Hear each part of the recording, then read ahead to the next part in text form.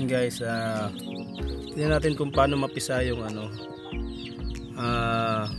mga itlog. Yan ay after 20 days guys na nilimliman ng nanay. 20 days sila dyan na nilimliman ng nanay. Tanggalin natin yung mga shell na iba.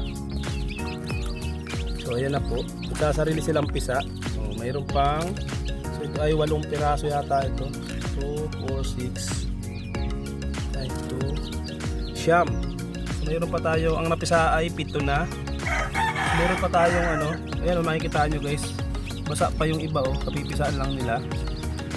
So itong dalawa makikita nyo may natira pang dalawa. So, yung nanay kasi umalis pagkakataon natin na matingnan. Ito yung isa ayan ayan yung tuka, ayan babasag na siya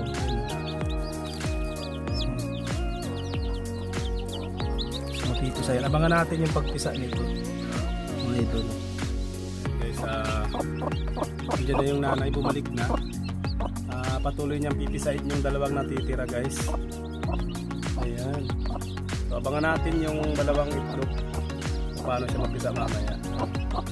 Ayan na sila, welcome to the world mga chicks. So yung isa nating ito, so after ito naman ay after 3 days pa to kasi magkasunod lang yung dalawang yan So 3 days mapipisa na yan. Ayan, ito ang ating mga chicken. Siyempre ito yung ating mga na to. Ayan, malaki-laki na sila. Hindi na kayong ibitaw. Uy, ito mga po dyan. Ayan, so ayan sila guys. Ito mga hindi na siyang ibitaw sa nanay. Ayan. Actually 6 na piraso. Namatay kahapon yung isa kasi sumabit dito yung yung liig niya. Magkahat ng baho. So dyan muna kayo. Siyempre ito naman guys yung ito pwede na itong bitawan. Ayan maapat nga lang sila. Pwede na yung bitawan, medyo malalaki na. Ayan, yun ang ating mga talahi ng manok dito. Hirap makapagparami ngayon guys dahil maulan na namamatay, sinisipon. Itong isa na to ikinulong ko siya, Texas yan kasi may sipon siya. Yan namamaga yung mata niya pero pinainom ko na ng gamot yan guys. Bibitawan natin yan after 2 days. Magaling na yan, medyo magaling na Texas yan, Texas.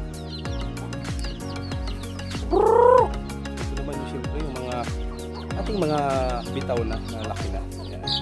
Yung mga natat natin, mga tandang. Ayan. Ito, malimbuyugin. Ayan, Texas yan. Ito, Texas din yan. Yung black na yan, dalawa.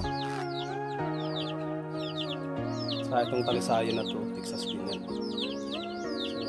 So, ilang linggo lang pwede ng talian yan. So, mamaya guys, babalikan natin yung naglilimlim natin yung nagpipisa natin dalawa na lang yung itlog na natitira doon. So babalikan natin mamaya sigurado pisaan din.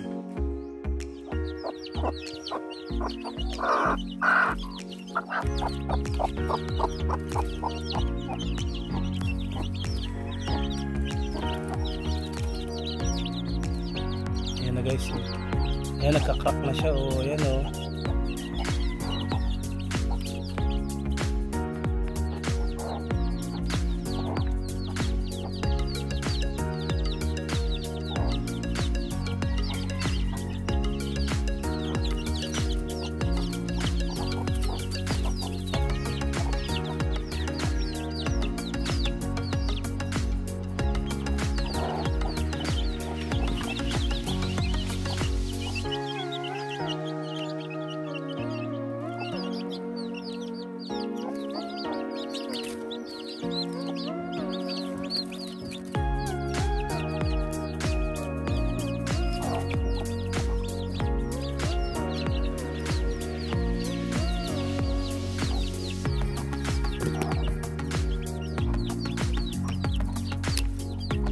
welcome to the world.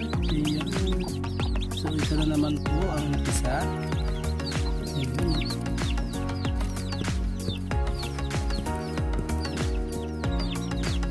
So meron pa tayo guys na isang inaantay ito. mamaya pa yan.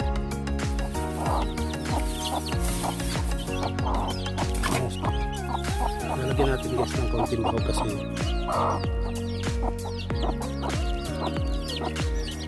ayan. So guys, ito na. Pupunto na natin yung sisi. Ito talagang may natirang isa. Ito ay bugok. Ayan, so hindi na mapipisa. Ililipat na natin siya dito sa kulungan.